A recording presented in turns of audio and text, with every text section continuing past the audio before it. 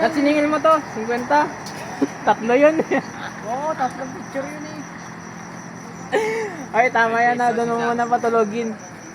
No?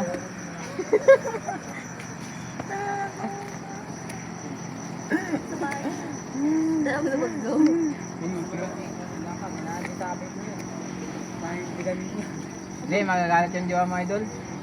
Wala naman, nasa Manila. Asan na yung cellphone mo? Di ba may cellphone ka? Baka binenta mo na din. Salamat ka sa bike. Yung di ba yung bike ko kasi may toolbox. Minsan kasi nagamagamit ako. Jet kasi pag natutulog ka yung bike mo, tali mo sa rin mo. Baka ganun, para mag-inigan sila. Ito lang. Ang lulupit ko yung magdala yun. Pangit ko, bakit Santiago? Maganda pa yung pagkita raw yung bike ko ka. Hindi ka lang kanina. Hindi ka na kanina eh. Sabi ko mabait lang ito, garang din mo masanap ka. Oo. Hindi ka, job Dad, lang. binago mo, hindi pala lahat.